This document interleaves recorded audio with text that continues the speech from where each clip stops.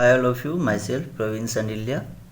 चलिए आज हम सभी इलेक्ट्रिकल सर्किट्स को एनालिसिस करने के लिए सबसे इम्पोर्टेंट पॉइंट्स को ध्यान में रखते हैं और उसको समझते हैं। तो इलेक्ट्रिकल सर्किट में नोड क्या होता है, जंक्शन क्या होता है, ब्रांच क्या होता है, लूप क्या होता है, मेश क्या होता है, इसको समझना हम लोगों के लिए अति आवश्यक है।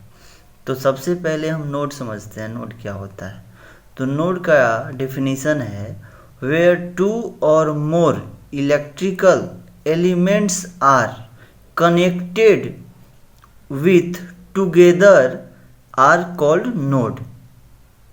इसका मतलब यह होता है जहां दो या दो से अधिक विद्युत तत्व जैसे प्रतिरोध, प्रेरकत्व, इंडक्टर, संधारित्र, capacitor, voltage source, current sources तथा अन्य passive elements are connected with together, मतलब आपस में जुड़े हुए होते हैं, तो उस पॉइंट को हम नोड कहते हैं। ठीक है, तो चलिए इसको हम लोग एग्जाम्पल के द्वारा देखते हैं।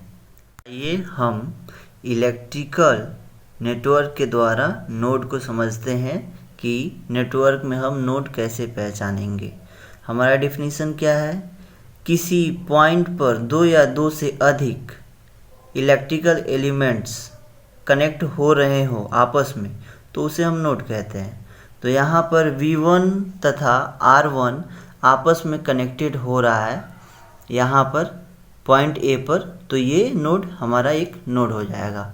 तथा यहाँ पर देखने को मिल रहा है हमें R1, उसके बाद I1 तथा R2 आपस में कनेक्टेड हो रहा है पॉइंट B पर, तो यह हमें देखने को मिल रहा है कि यहाँ पे भी एक नोड प्राप्त हो रहा है। ठीक है, उसके बाद यहाँ R2 तथा V2 आपस में कनेक्टेड हो रहा है C पॉइंट पे, तो यहाँ पे हमें एक नोड देखने को मिल रहा है, तो ये हो जाएगा नोड 3।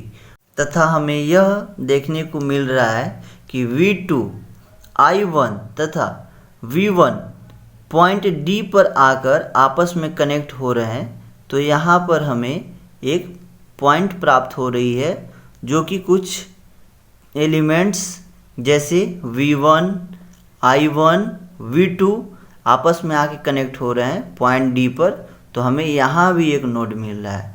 तो यहाँ पे हमें टोटली कितने नोड प्राप्त हुए? यहाँ देखिए, point A 1 node, point B 2 node, point C 3 node and last point D is 4 node. तो यहाँ पे टोटल हमें 4 नोड प्राप्त हुए।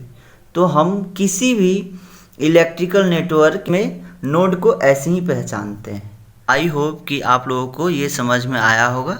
अब नेक्स्ट क्लास में हम लोग जंक्शन के बारे में पढ़ेंगे कि हम जंक्शन किसे कहते हैं।